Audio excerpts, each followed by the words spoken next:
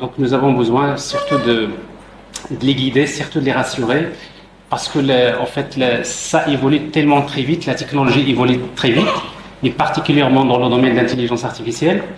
Et aujourd'hui, donc, nos jeunes, parfois, ils ne savent pas qu'est-ce qu'il faut faire, qu'est-ce que je dois apprendre, qu'est-ce que je dois maîtriser, est-ce que je dois utiliser l'IA, est-ce que je ne dois pas l'utiliser, de quelle manière. Donc voilà, donc, en fait, merci beaucoup pour votre présentation. Alors, ma présentation concerne particulièrement en fait l'IA générative et ce qu'on appelle agentic AI ou bien l'IA agentique. Donc ça, c'est des concepts qui se développent très rapidement. Alors, pour vous présenter, donc mon objectif en fait, c'est d'abord deux choses. Donc la première, c'est de m'arrêter sur les concepts fondamentaux de l'intelligence artificielle. Donc j'aime toujours on va dire remettre faire un reset ou le compteur à zéro. Donc pour les gens qui ne connaissent rien en intelligence artificielle, ils doivent d'abord savoir d'où vient cette intelligence artificielle. Donc rapidement, donc on va revenir sur les concepts fondamentaux que tout le monde devrait connaître. Et assez rapidement, surtout on va se placer dans le présent et dans le futur, parce qu'aujourd'hui, s'il y a la partie de l'intelligence artificielle qui est la plus exploitée par les entreprises, et dans le domaine socio-économique, c'est l'IA générative, c'est ce qu'on appelle AI agent, c'est l'IA agentique. Et donc aujourd'hui, donc, ça devient de plus en plus simple de maîtriser donc, les outils de l'IA. Et donc on a besoin vraiment c'est-à-dire d'éclairer le grand public sur tous ces concepts-là. Donc voilà. Alors, comme en fait le contenu, comme je viens de dire tout à l'heure, le contenu de la conférence, il y a tellement beaucoup de choses. Mon objectif, ce n'est pas vraiment c'est-à-dire de s'arrêter sur tous les éléments en détail, mais surtout, c'est que quand vous allez sortir de cette honorable salle, vous allez sortir avec une feuille de route à travers laquelle vous savez c'est quoi l'étape suivante, quelles sont les ressources que vous allez exploiter pour aller plus loin, parce qu'on ne va pas rester uniquement sur ce que vous apprenez aujourd'hui, c'est très important, mais le plus important, c'est de savoir qu'est-ce qu'il faut faire après.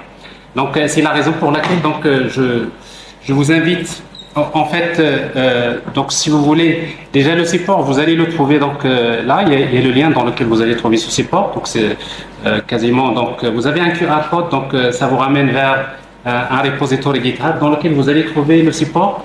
Mais également, vous allez trouver donc, beaucoup d'exemples d'applications. Donc, ça dépend de chacun ce qu'il cherche au niveau de l'IA. Mais c'est un repository dans lequel je stocke à chaque fois mes conférences. Donc, vous pouvez toujours retrouver les éléments qui vous intéressent, y compris les supports. Alors, il y a aussi la chaîne YouTube dans laquelle il y a des playlists sur les bases de l'intelligence artificielle.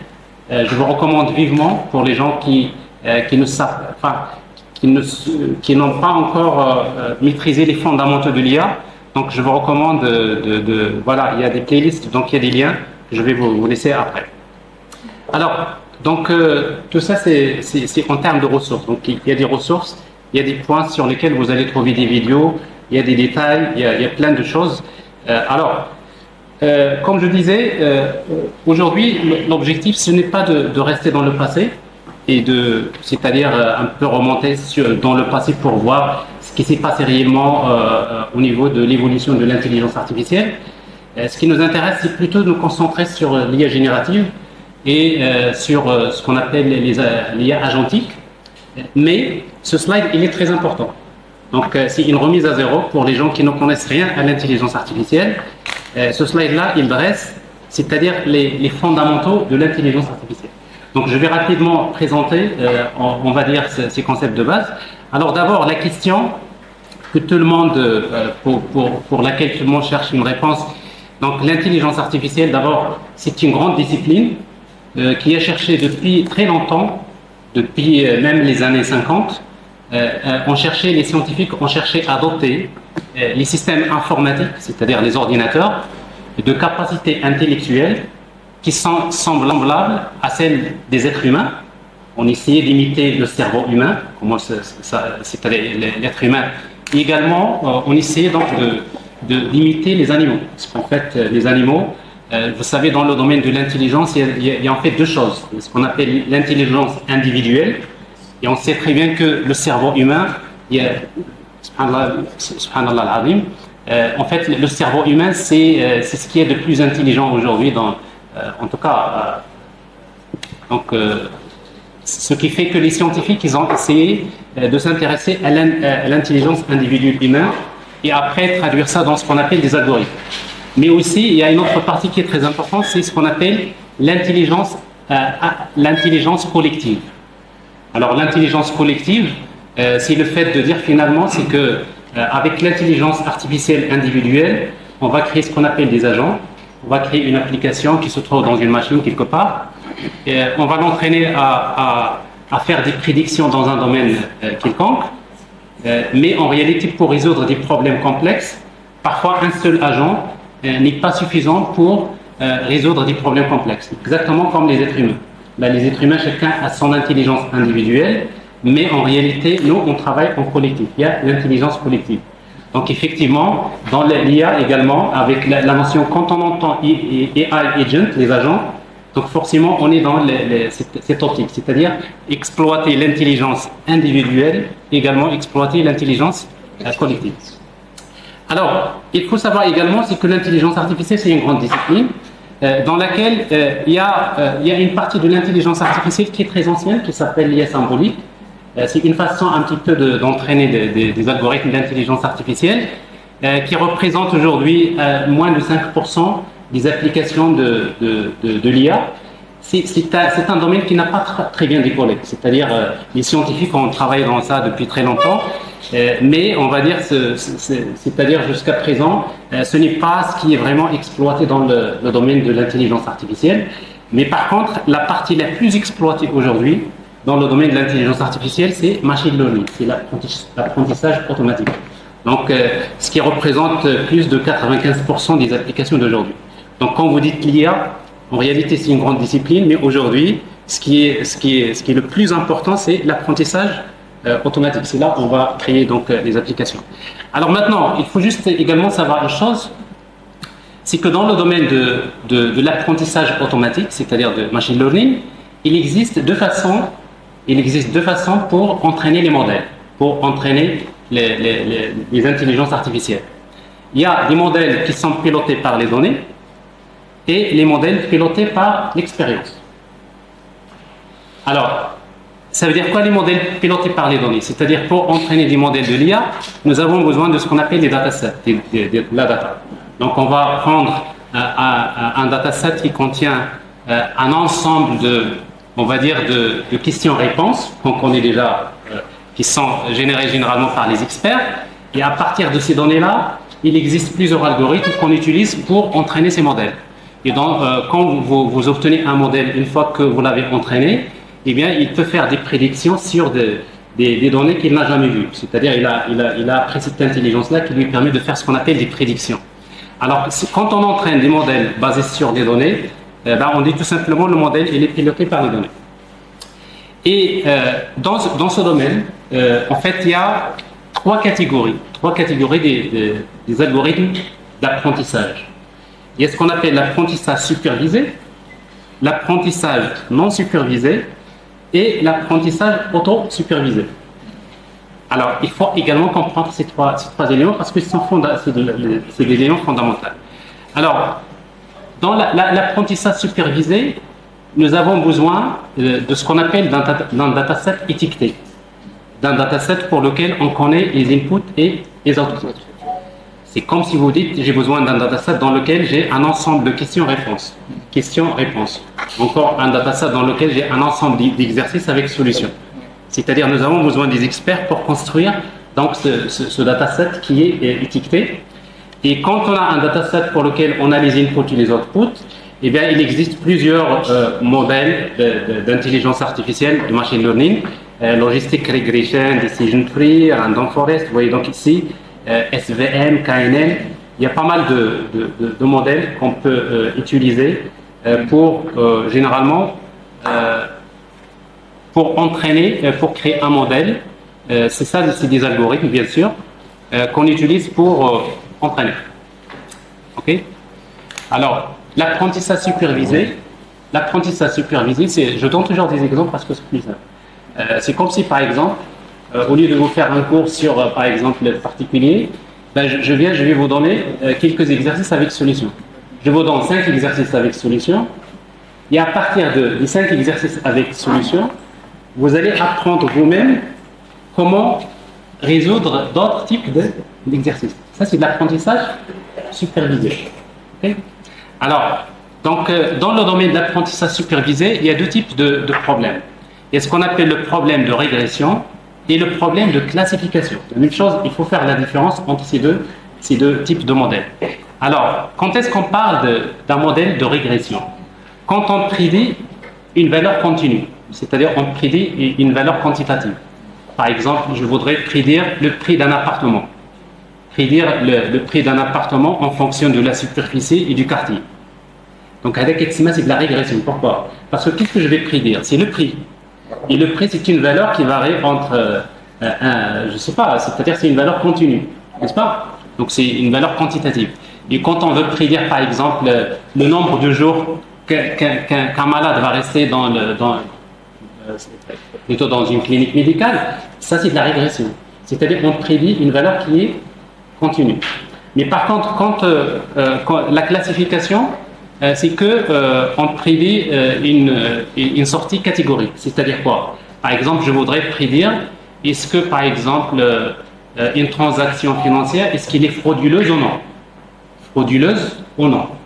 C'est-à-dire, vous voyez donc, à la sortie, qu'est-ce que j'ai oui ou bien non? Alors ça, c'est un problème de classification. Je vais prédire, par exemple, si c'est un animal, est-ce que c'est un chien, ou bien un chat, ou bien, par exemple, un loup. Voilà. Alors c'est quoi ça? C'est de la parce qu'à la sortie, ça peut être soit ça, soit ça, soit ça. Donc vous voyez donc la différence entre la classification et la régression. C'est clustering, classification. La clustering, ça c'est autre chose. Donc classification, vous voyez donc tout ça, régression, classification, c'est de l'apprentissage supervisé. C'est-à-dire qu'on a toujours un dataset pour lequel on connaît les entrées et les sorties. Sauf que la différence c'est dans la sortie. Si la sortie c'est une variable continue, on parle de régression. Si c'est une variable catégorique, qualitative si vous voulez, on parle d'une classification. Donc c'est un concept qui est assez intéressant. Alors après, il y a l'apprentissage non supervisé. Alors dans l'apprentissage non supervisé, qu'est-ce qui se passe? C'est que nous avons un dataset non étiqueté. C'est-à-dire j'ai un dataset pour lequel je ne connais pas les outputs. Et on va utiliser un algorithme, ce qu'on appelle un algorithme de clustering, qui va fouiller dans ces données, en utilisant ce qu'on appelle des mesures de similarité. Ben, ces algorithmes, ils arrivent à créer ce qu'on appelle des clusters, à former des groupes dans ces données-là. C'est des groupes homogènes, effectivement, dans le dataset. C'est comme si vous avez un ensemble de personnes, par exemple, dans une entreprise, vous avez l'âge. Prenez des personnes avec l'âge, avec le salaire, avec l'ancienneté. Et après, vous dites, j'ai 200 personnes, mais je voudrais créer 4 catégories, 4 classes. Et après, donc, vous voyez, donc, au début, qu'est-ce que vous allez faire? Vous allez commencer à analyser les valeurs des âges, des salaires, etc. Et à la fin, vous allez sortir, vous allez dire, j'ai la catégorie A, la catégorie B, la catégorie C, etc. Donc, c'est de l'apprentissage non supervisé. Donc, non supervisé, ça veut dire que vous avez un dataset qui n'est pas étiqueté. Donc, on va utiliser des algorithmes qui sont assez connus, comme Camille, c'est très connu, qui permet de faire ce genre d'opération. Et puis, il y a un troisième type d'apprentissage qui est très important aujourd'hui, qui est un peu peu connu, c'est l'apprentissage autosupervisé. Alors, dans l'apprentissage autosupervisé, c'est ce qui est utilisé généralement dans l'IA générative. Ben, l'idée principale, c'est quoi? C'est qu'on va prendre cette fois-ci des données non structurées. Par exemple, le texte. Vous savez, si vous prenez un texte, c'est des données qui ne sont pas structurées. Et quand on va prendre ce texte-là, on va donner le texte au modèle de l'intelligence artificielle. Et quand on va lui donner le texte, qu'est-ce qu'on va faire? On va essayer de cacher des mots. On va vers le texte, on va essayer de cacher des mots, des parties de ce texte. Et après, on va entraîner le modèle pour qu'il puisse prédire les mots qui sont cachés. C'est exactement ça, c'est comme ça que ça marche. En fait, ChatGPT, c'est comme ça qu'il a été entraîné. C'est avec l'apprentissage auto-supervisé. Parce que quand on va entraîner des modèles de l'IA générative, généralement, on va prendre des données non structurées. Il y a le texte, il y a l'audio, il y a les images. Et donc, l'apprentissage autosupervisé, c'est à peu près ça. C'est comme si ce qu'on fait quand on était en primaire, si vous vous rappelez, l'instituteur nous donnait parfois remplir les... N'est-ce pas? Vous avez un texte, Imla al-Fara, exactement. C'est exactement ça. C'est de l'apprentissage auto-supervisé. C'est-à-dire, c'est en fonction du texte, moi je dois deviner qu'est-ce qui est caché. Eh bien, c'est un peu les modèles dont on va parler tout à l'heure, c'est comme ça que ça marche. Donc, vous voyez, tout ça, c'est des modèles qui sont pilotés par les données. Donc, Hatchi, d'abord, c'est fondamental. Quand on parle de l'intelligence artificielle, il va falloir que vous ayez cette carte comme ça. Et puis, vous avez, il y a l'autre type de modèle, c'est des modèles pilotés par l'expérience. C'est ce qu'on appelle l'apprentissage par renforcement. Alors, dans le modèle de l'apprentissage par renforcement, on n'a pas besoin des données. Mais qu'est-ce qu'on va faire? On va utiliser un agent qui va agir sur l'environnement. Il va agir sur l'environnement. Et après l'environnement, on va lui donner ce qu'on appelle des récompenses. Vous savez, c'est comme un petit enfant, un petit gamin, un bébé. Vous savez, un bébé, quand il est né, il ne connaît rien. Mais comment il apprend? Ce qu'il apprend, ce qu'il fait, il va tâtonner, n'est-ce pas? Il va se mettre debout. Il va peut-être, je ne sais pas, il va heurter le mur, n'est-ce pas? Donc il va agir sur l'environnement. Et quand il agit sur l'environnement, qu'est-ce qui se passe? Il aura une récompense. On va dire que la récompense, ça peut être soit positive ou bien négative. Moi, j'ai heurté le mur, je me suis fait mal, je pleure. Et l'enfant, il change d'état. Et après, donc, vous voyez, donc, avec l'environnement, je reçois des récompenses. Et si je fais ça une dizaine, une centaine, des milliers de fois, j'essaye de chercher, de faire ce travail-là, et bien, à un moment donné, ben, le petit gamin, il est capable de se débrouiller, de savoir quelle est l'action optimale à prendre. C'est-à-dire, quand il est dans une situation, il sait très bien qu'est-ce qu'il doit faire, qu'est-ce qu'il est mieux à faire dans une situation donnée. Je donne toujours un autre exemple pour l'apprentissage par renforcement. C'est comme si vous prenez par exemple une personne aveugle, une personne qui ne voit pas. Vous placez la personne dans un immeuble à l'intérieur et vous lui dites d'emprunter la sortie. Vous imaginez qu'est-ce qu'il va faire? Il va tâtonner à chercher la sortie pendant peut-être des heures et des heures. Il va tâtonner pendant des heures et quand il va trouver la sortie, on va encore lui demander d'aller vers un autre point, un autre endroit et d'essayer encore de chercher la sortie. Il va faire ce travail-là, s'il fait ce travail-là pendant des centaines de fois, l'opération s'appelle l'exploration. Il explore l'environnement. On explore l'environnement. Une fois qu'il a fait ce travail-là pendant des centaines de fois, eh bien, à un moment donné, il va construire ce qu'on appelle une table d'apprentissage, à travers laquelle il apprend. Mais une fois qu'il aurait appris, alors croyez-moi, la personne aveugle, vous la placez dans n'importe quel endroit de l'immeuble, vous lui demandez d'aller sortir, il va emprunter un chemin optimal. Rapidement, il va trouver la sortie. Alors, l'intelligence artificielle utilise beaucoup également l'apprentissage par renforcement. Alors, maintenant, vous voyez donc dans le machine learning, vous avez plein d'algorithmes, comme j'en ai parlé tout à l'heure, SVM, KNN, etc. Mais vous avez un type d'algorithme qui est très important, c'est les réseaux de neurones artificiels. Voilà, que Neural Network, c'est l'un des algorithmes parmi plusieurs qui sont utilisés pour faire l'apprentissage automatique.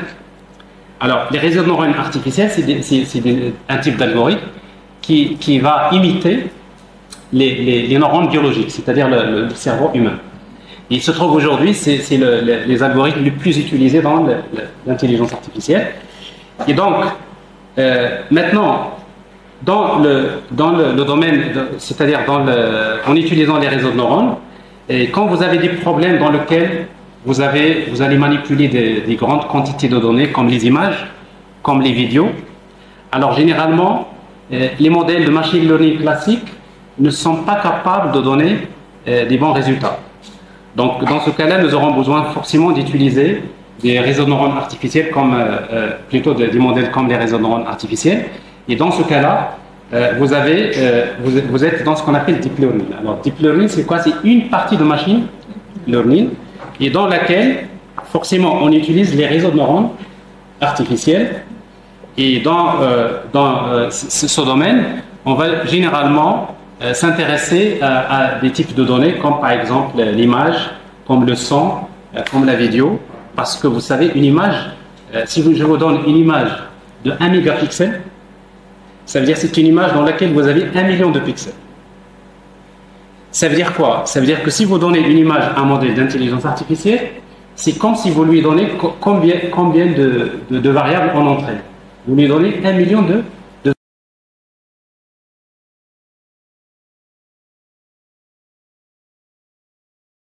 variables. Parce que chaque pixel, c'est une variable. Donc ce qui fait quand on manipule les images, c'est-à-dire on a besoin d'une grande capacité de calcul, et les modèles classiques généralement ne donnent pas de très bons résultats. C'est pour cela qu'en deep learning nous aurons souvent besoin d'utiliser les réseaux de neurones artificiels. Et puis donc dans deep learning il y a plein de modèles qui sont exploités dans le domaine de l'image. Vous avez des modèles CNN par exemple les séries temporelles RNN et l'STM, et vous avez la partie NLP, c'est-à-dire NLP, Natural Language Processing, c'est le traitement naturel du langage, c'est-à-dire la recherche s'est intéressée à ce domaine depuis longtemps. Et bien, maintenant dans Deep Learning, vous avez l'IA générative. Alors c'est ce qui nous intéresse, c'est l'IA générative. Et dans l'IA générative, vous voyez, on va utiliser des modèles, c'est ce qu'on appelle les LLM. Le terme LLM, c'est Large Language Model. Alors, tout ce qu'on va faire dans la suite de la présentation, ça va concerner l'utilisation des Large Language Models. Parce qu'aujourd'hui, c'est la partie de l'intelligence artificielle la plus exploitée, bien sûr, par les entreprises. Et du coup, donc, on est là. Donc, vous voyez, donc, le dessin comme ça, je l'aime beaucoup. Pourquoi? Parce que déjà, vous voyez que LLM, c'est une petite partie, n'est-ce pas? C'est un point de l'ensemble. Mais il se trouve qu'avec le petit point, c'est la partie la plus importante, c'est le concentré de l'intelligence artificielle. Tout ce que la recherche scientifique a produit dans le domaine de l'intelligence artificielle depuis des années et des années, elle est concentrée dans ces LLM. Donc votre chat GPT, c'est un large language model. Alors, donc ce qui fait, voilà, donc ça m'a pris un peu de temps, mais ce slide-là, vraiment, vous pouvez, voilà le lien de la vidéo qui détaille un peu avec des exemples, l'apprentissage supervisé. C'est une playlist dans laquelle vous avez vraiment, pour les gens qui veulent vraiment aller plus loin, prenez le temps, il y a tout ce qu'il faut, c'est bien détaillé. Alors, en tout cas, l'IA générative, donc d'abord c'est quoi? L'IA générative, c'est un type d'intelligence artificielle qui est capable de générer des nouvelles données, comme par exemple les images, comme le texte, comme la vidéo, comme la musique, en utilisant des modèles qui sont entraînés sur un large corpus de données. C'est-à-dire, ce qu'il a fait ChatGPT, c'est qu'il a pris de toutes les données du web. Vous avez une grande quantité de données. On va utiliser tout ce qu'on appelle ce corpus de données. On va entraîner le modèle. Une fois qu'il est entraîné, généralement, dans l'entraînement, on va utiliser quel type d'apprentissage? Auto-supervisé, parce que c'est des données non structurelles. On va utiliser l'apprentissage supervisé, parce qu'à un moment donné, nous aurons besoin des êtres humains qui vont dire ça c'est correct, ça c'est pas correct. On a besoin d'étiqueter, c'est-à-dire.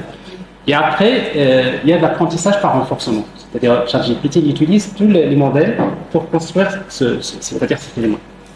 Donc, maintenant, qu'est-ce qui fait qu'aujourd'hui, c'est pas aujourd'hui, ça fait 3 années, que l'IA générative, on vit, si vous voulez, ce qu'on appelle l'âge d'or de l'intelligence artificielle.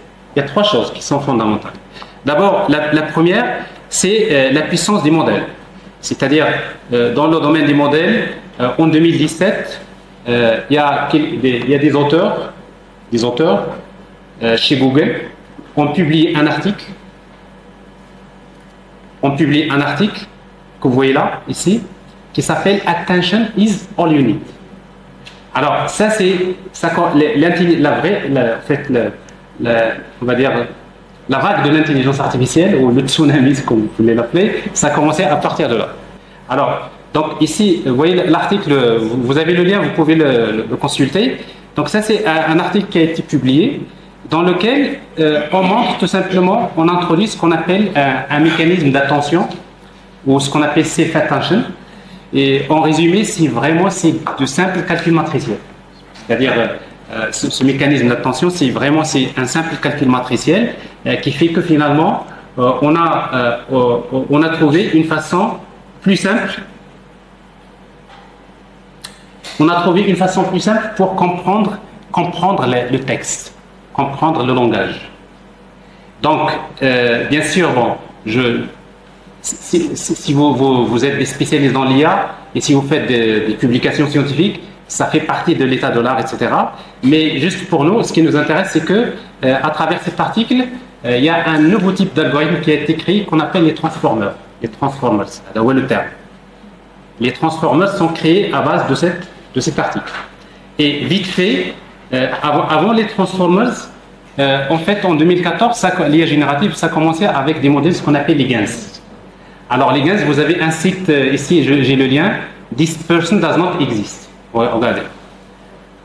This person does not exist, ben, tout simplement, c'était le premier site qui a été créé. À chaque fois que j'actualise, il me génère une personne. Mais ces personnes-là, ça n'existe pas réellement. C'est inventé par l'intelligence artificielle. Et après, derrière ces modèles génératifs, donc nous utilisons des modèles qu'on appelle les GANs. Ça a commencé en 2014. Mais en 2017, avec les transformers, les choses vont s'accélérer. Alors d'abord, il y a OpenAI que vous connaissez, qui a développé ChatGPT. Il a pris donc, c'est-à-dire cet article-là, et après, ils ont créé leur propre modèle transformer qui s'appelle GPT. Alors GPT, ça veut dire Generative Pre-trained Transformers. Donc à partir de ce modèle-là, ils ont créé ChatGPT. Donc vous voyez, donc c'est Google qui a publié le premier article, mais qui en a profité le mieux, c'est OpenAI. Donc OpenAI, il en a profité, il a développé rapidement ChatGPT, et en 2020, tout le monde était étonné qu'il y a quelque chose qui s'appelle ChatGPT, notamment avec la version 3, et rapidement, les choses se sont développées, la version 3.5. Après, vous avez plein de modèles, GPT-4, Gemini, Llama, DeepSeek, Claude. Donc vous avez, mais tous c'est-à-dire ces modèles de l'IA générative, ils sont basés sur ce qu'on appelle les transformers. Donc c'est la base si vous voulez, de cette évolution. Alors bien sûr, Google lui-même, il a créé son propre modèle qui s'appelle BERT, Transformer, Bidirectional Encoder Representation for Transformers. Et après, donc on voit aujourd'hui, chaque 2 semaines, on nous dit qu'il y a une nouvelle version de LLM. Dans les LLM, vous avez des LLM qui sont propriétaires, qui demandent de payer, parce que ça c'est vraiment une industrie qui rapporte beaucoup pour ces entreprises. Mais il ne faut pas oublier que vous avez les LLM open source. Donc il y a un site qui s'appelle Hugging Face, donc je vais vous le montrer tout à l'heure, dans lequel vous avez des milliers de LLM open source. Alors c'est-à-dire que si vous ne voulez pas utiliser ChatGPT, sachez que vous pouvez télécharger votre propre LLM open source. DeepSeek, il est open source. Vous pouvez le télécharger, vous le démarrez. Tout à l'heure, je vais vous montrer. Et vous pouvez l'utiliser dans votre machine à condition d'avoir une bonne machine avec justement les GPU. Et justement, j'arrive à un autre point parce que je disais tout à l'heure, qu'est-ce qui fait qu'aujourd'hui, on vit l'âge d'or de l'intelligence artificielle. 3 choses. Les LLMs, l'abondance des données. C'est le web, il a fourni vraiment beaucoup de data pour entraîner ces modèles. Et le troisième, c'est le HPC, High Performance Computing, c'est-à-dire les GPU.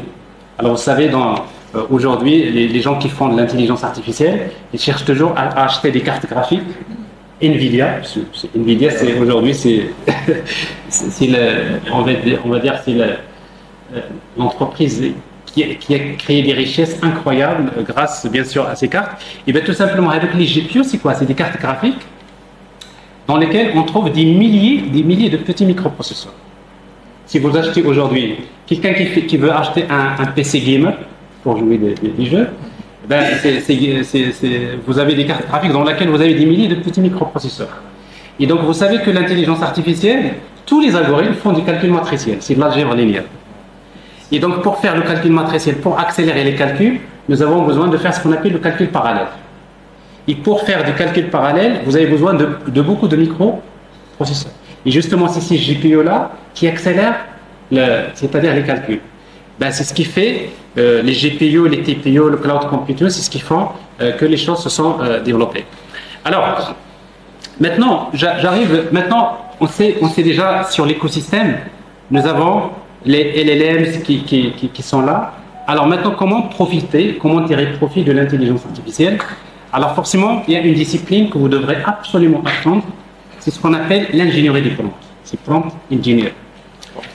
Alors, maintenant, c'est-à-dire quoi? C'est comment je dois écrire ma question que je vais poser à un LLM pour que je puisse avoir la réponse attendue. Alors, c'est pour cela, c'est quoi le prompt engineering? Vous avez deux choses. Vous avez le prompt et engineering. D'abord, c'est quoi un prompt? Ben, un prompt, c'est un ensemble d'instructions spécifiques qu'on va envoyer à un LLM pour accomplir une tâche. C'est tout simplement, c'est la question que vous posez à un LLM, à ChatGPT par exemple. Et c'est quoi l'ingénierie? C'est un processus qui consiste à concevoir, c'est-à-dire comment concevoir, créer, évaluer et déployer les prompts. Parce que, c'est-à-dire quand j'écris un prompt, scientifiquement parlant, comment je peux faire confiance à un prompt? Et pour savoir comment un prompt est bien fait, il faut l'évaluer, il faut savoir ses performances. Donc ce qui fait que dans l'ingénierie des prompts, il y a des étapes qu'on suit généralement qui montrent quels sont les différents types de prompts, comment concevoir des prompts, comment les créer et comment les évaluer. Surtout à la fin, on va faire appel à des informaticiens savants pour déployer ces prompts dans des applications qui font qu'à un moment donné, l'utilisateur final, il va saisir, il va cliquer sur du bouton et que j'ai une application qui est basée sur l'intelligence artificielle. Je vais vous montrer des exemples. Alors maintenant, on va s'intéresser au prompt. Donc un prompt, d'abord il y a deux parties, il y a la structure et les paramètres. Alors au niveau structure, un prompt. Donc vous avez, en fait, il y a deux types de prompts. Dans un prompt, il y a ce qu'on appelle le zero shot prompt et le few shot prompt. Je vous explique, regardez bien. Alors, dans un prompt, vous avez trois parties. Vous avez la première partie, c'est ce qu'on appelle system message. System message, qu'est-ce qu'il y a dans system message? C'est un ensemble d'instructions qui expliquent de manière très claire la problématique de la tâche à accomplir. Enfin, si vous voulez poser la question à une intelligence artificielle, il faut bien expliquer la problématique. On le dit souvent, si on sait bien poser le problème, c'est la moitié de la réponse. Exactement. Donc, c'est-à-dire, la manière des systèmes ici, c'est lui qui décrit la problématique. Alors, après, ça c'est plutôt système message. Après, par la suite, vous avez la deuxième partie d'un prompt, c'est ce qu'on appelle les few shot examples. Alors, few shot examples, pourquoi? Parce que parfois, l'intelligence artificielle, si vous lui posez votre question, parfois, il aura du mal à comprendre votre question. Et parfois, nous avons besoin de lui donner quelques exemples avec réponse. C'est-à-dire, voilà la problématique, et après, je vais lui dire, sachant que pour cette question-là, voilà la réponse. Pour cette question, voilà la réponse. C'est-à-dire, dans le prompt, je peux spécifier quelques exemples avec réponse.